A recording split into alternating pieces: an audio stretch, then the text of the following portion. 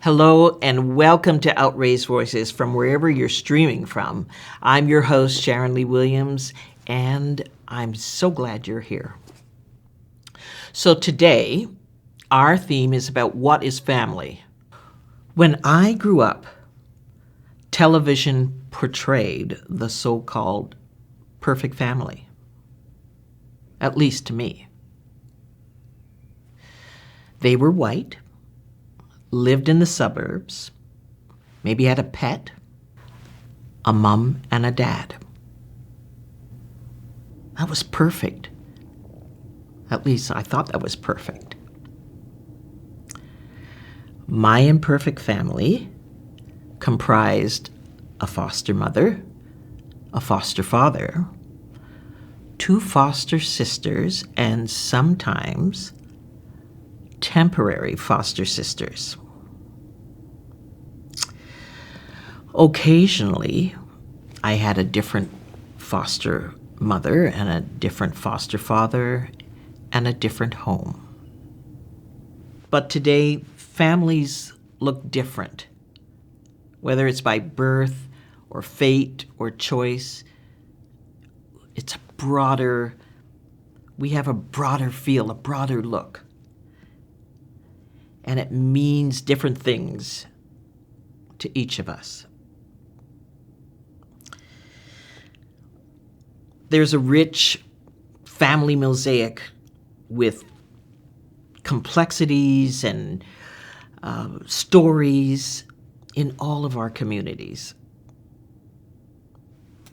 And that's what we're going to talk about today.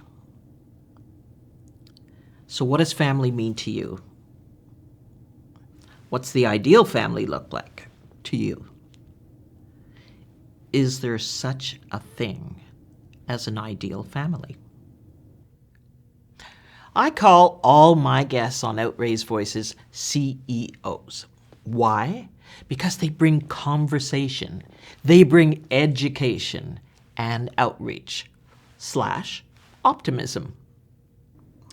Today we're going to talk about the making of a mosaic family with today's CEO, Colina Phillips. Colina Phillips is the mother of such a family. She is the adoptive mother of a beautiful daughter, Christy, and the biological mother of her son, Stephen.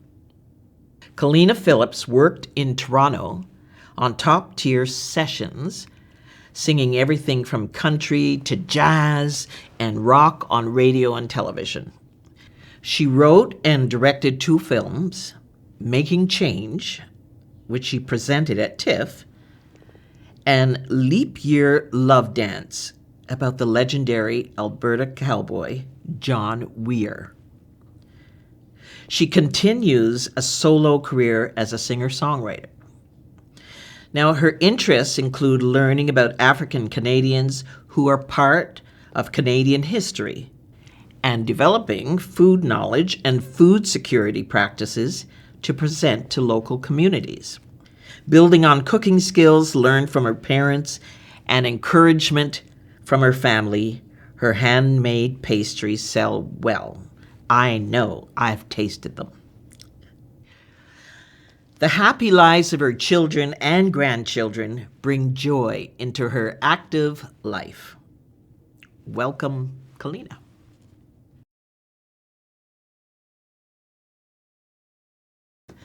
Hi, Colina. I am so happy you're here and that you said yes. I know that the subject matter can be a little challenging, so I'm so glad from my heart that you said yes to coming on the show. I also want to say, full disclosure, everybody out there, Colina is a very close friend of mine. A very close friend of mine. So we've known each other probably almost 50 years, I would think. Oh my goodness.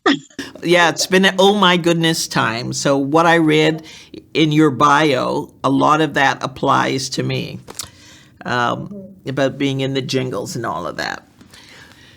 But today we are... I just want to thank you too for, giving me a chance to try to be helpful in this great endeavor that you're doing. I think it's really important work. Yeah, thank you, Colina. Thank you. Because as I say to everybody, your every voice matters. And we hope that we reach everybody out there that needs to hear what you have to say.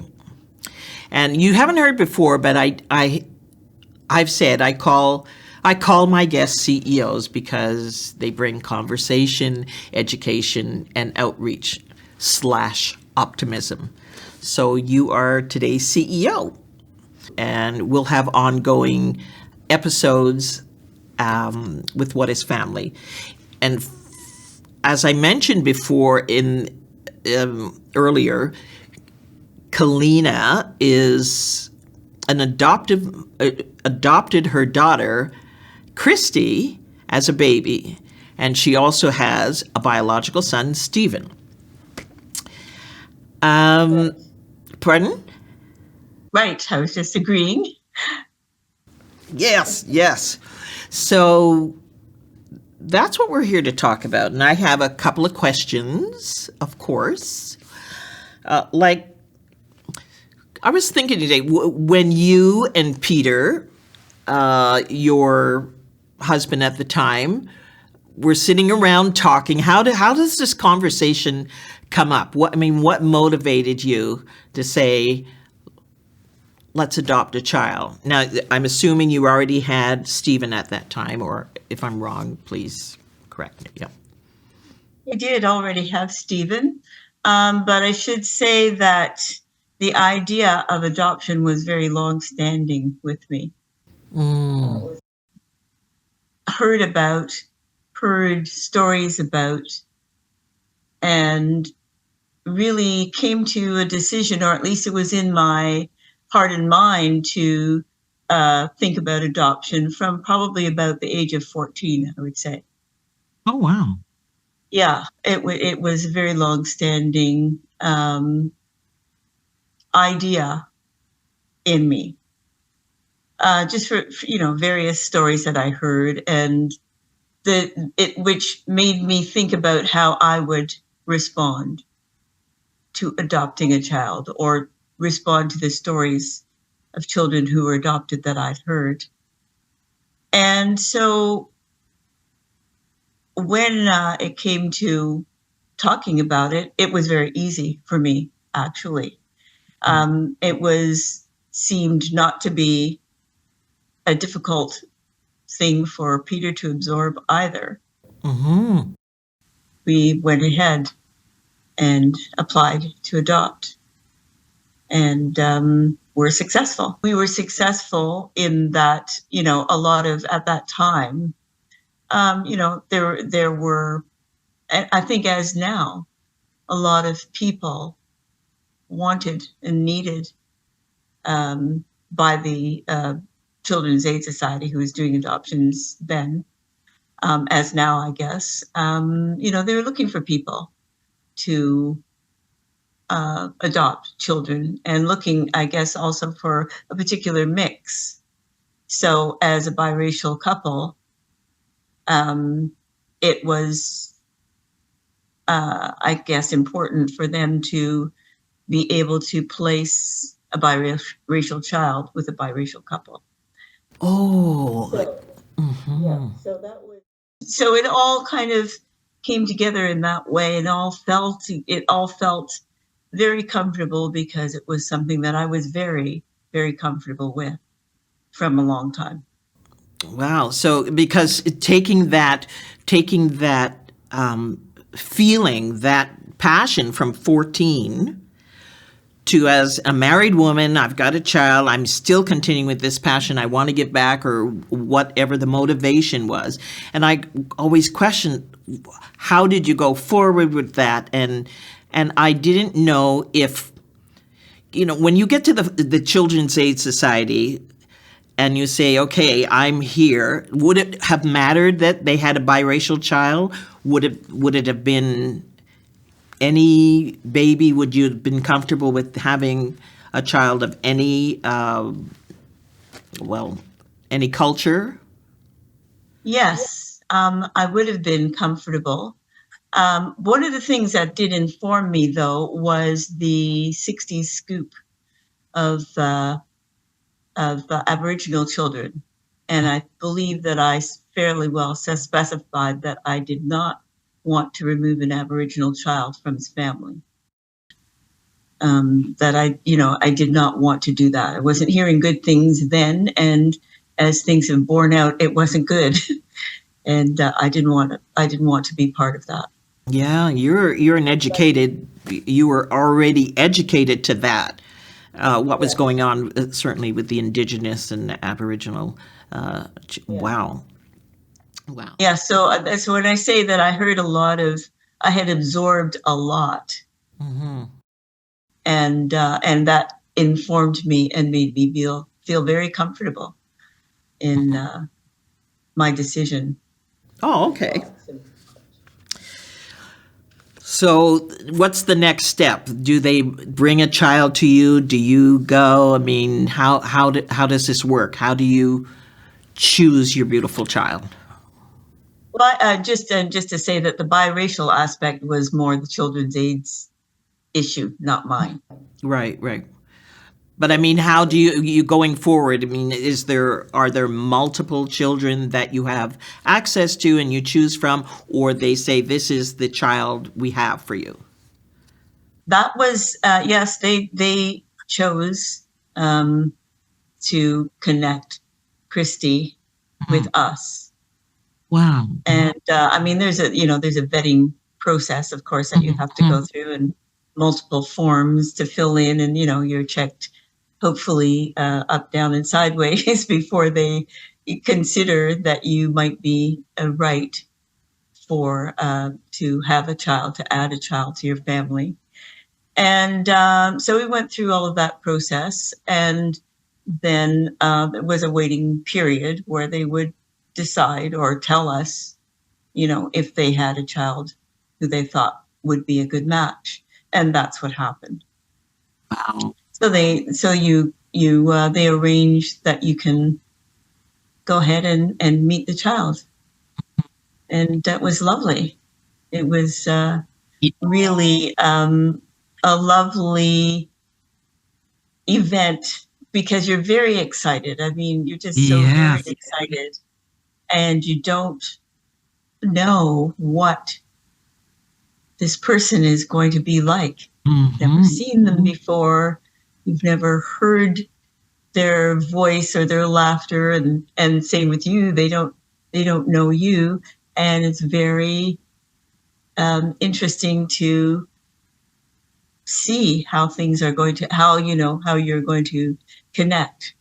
So that can you take us back to that day? Can you sort of remember that day and that feeling? You and Peter and Stephen's a bit young at the time, so but that day that here comes Christy, was that her given name, or? That was the name we gave her. That's the name you gave her. Okay, so we named her because once a child is adopted, they're your child, and everything that you would do with your child, you do.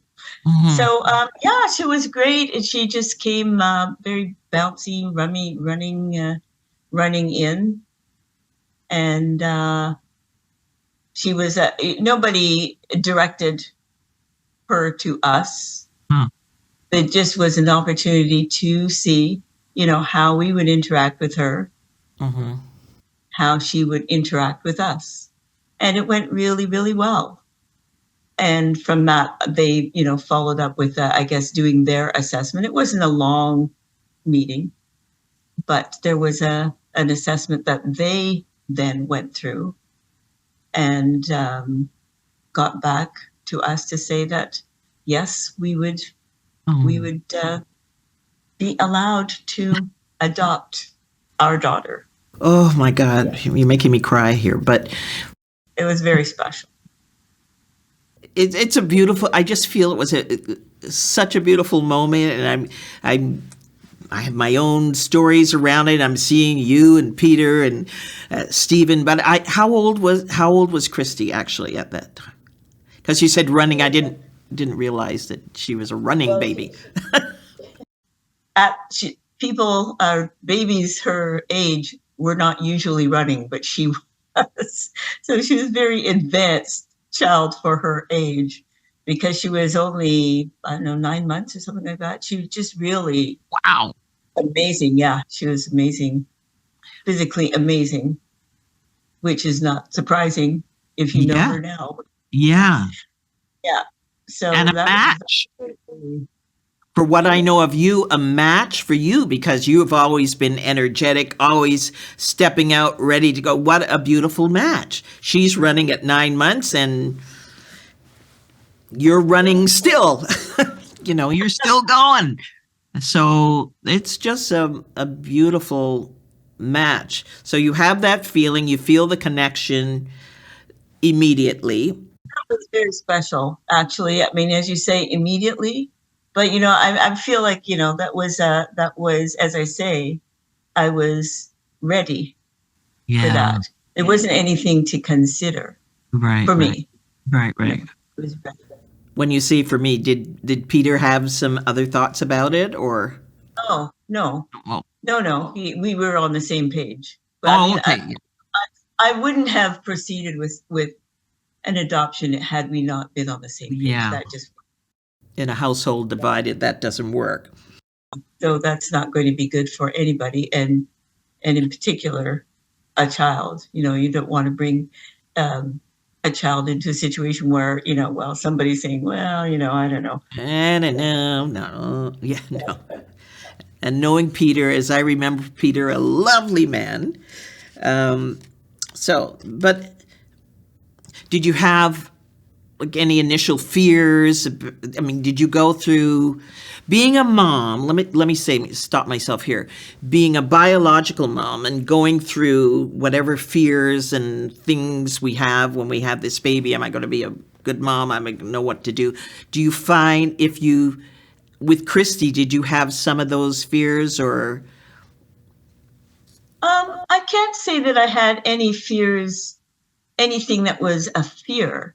I mean, there Mhm. were challenges. She's a different child to Right. Stephen, so you know, but it was what I understood. I think what I understood was that you respond to a child or any person, according to where they are, what they need, what they want.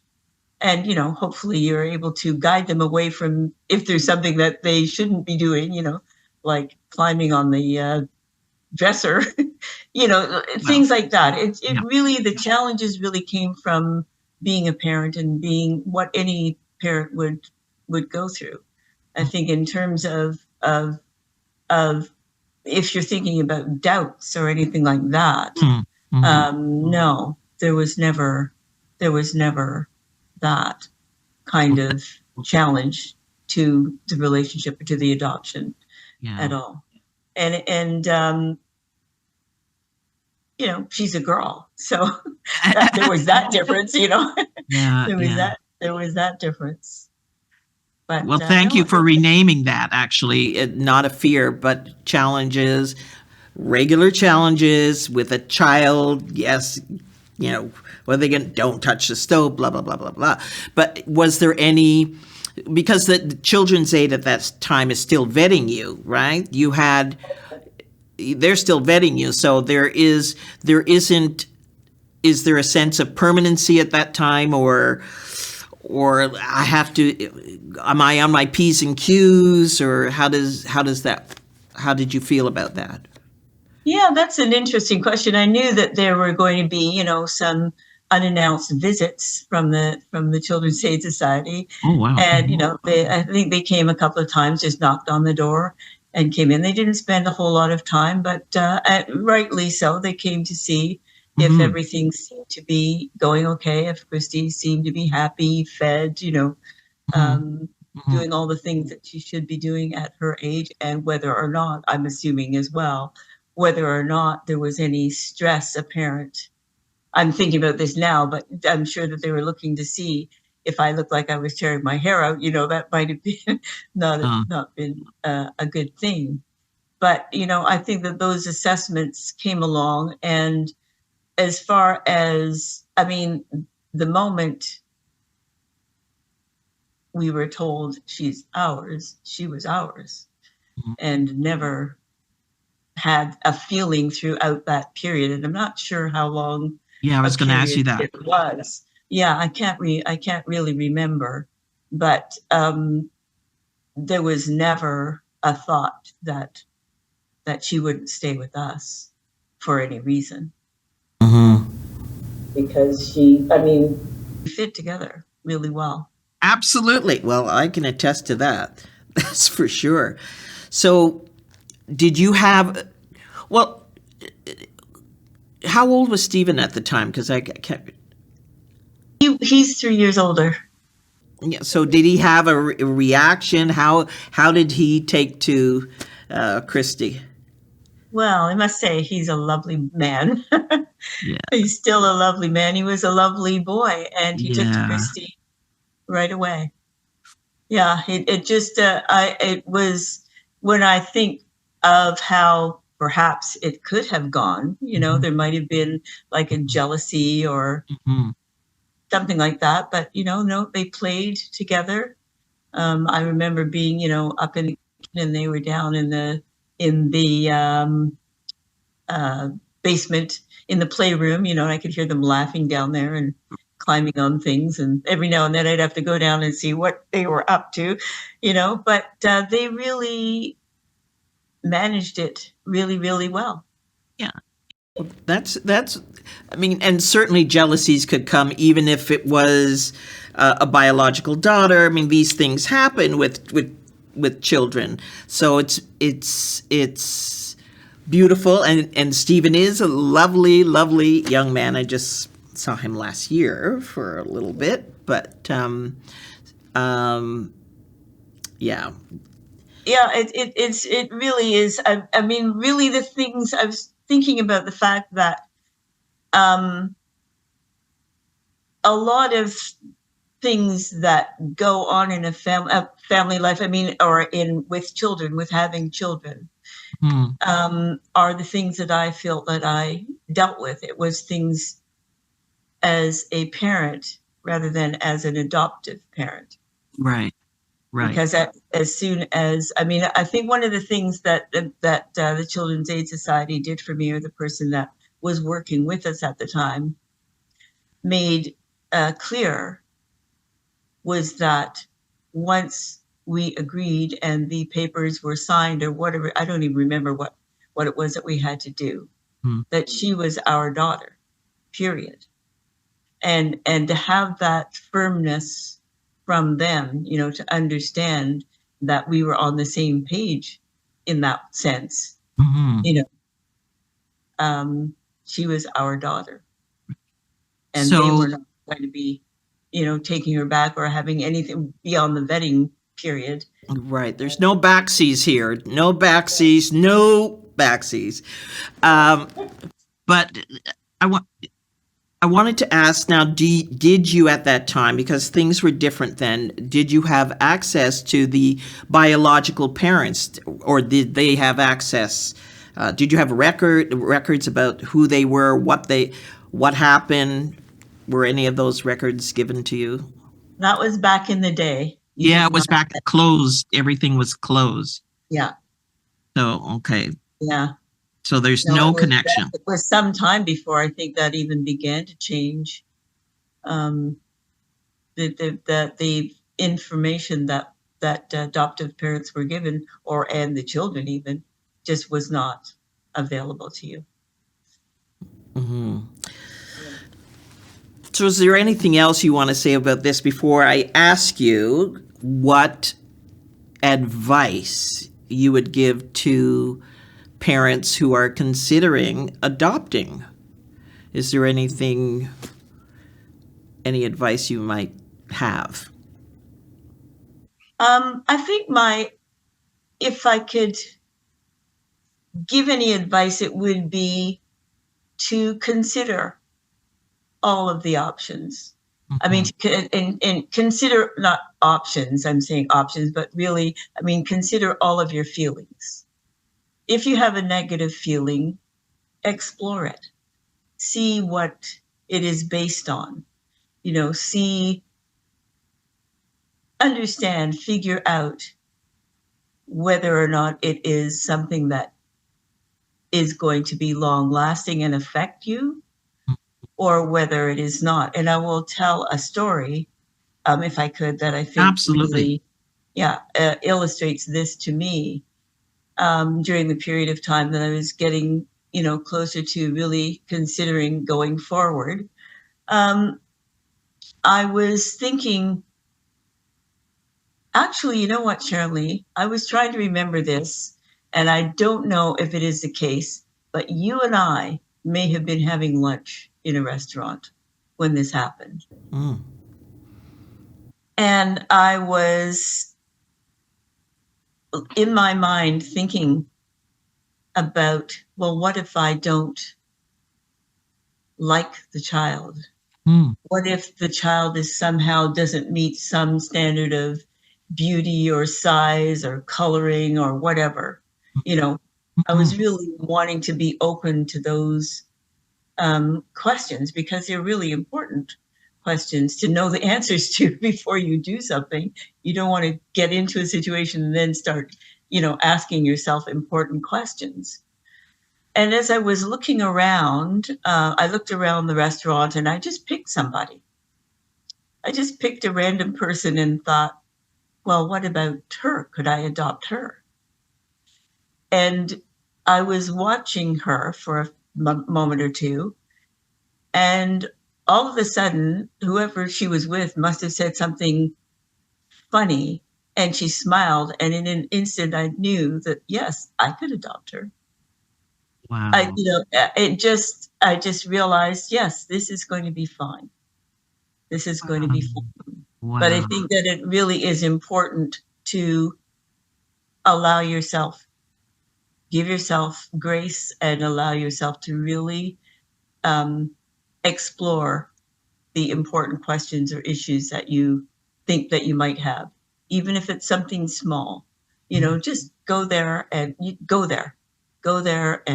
think about it. That's wonderful advice and a beautiful story. And for anyone who's feeling that they want to adopt, and for anybody listening, anybody who's curious. And is there anything else you want to share with us that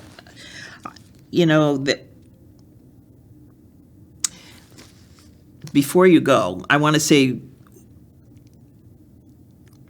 ask one more question.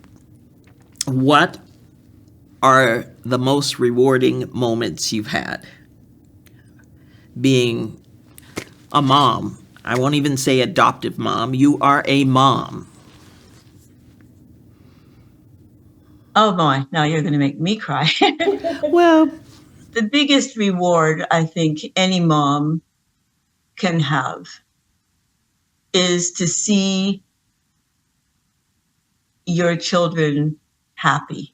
yes. To see your children having wonderful life partners, having established themselves in their communities, doing good work, being kind. Yes. And that gives me the greatest amount of joy that I think a mom can have. Absolutely. Inform your children, your family, your friends about who you are and how you go about dealing with those things.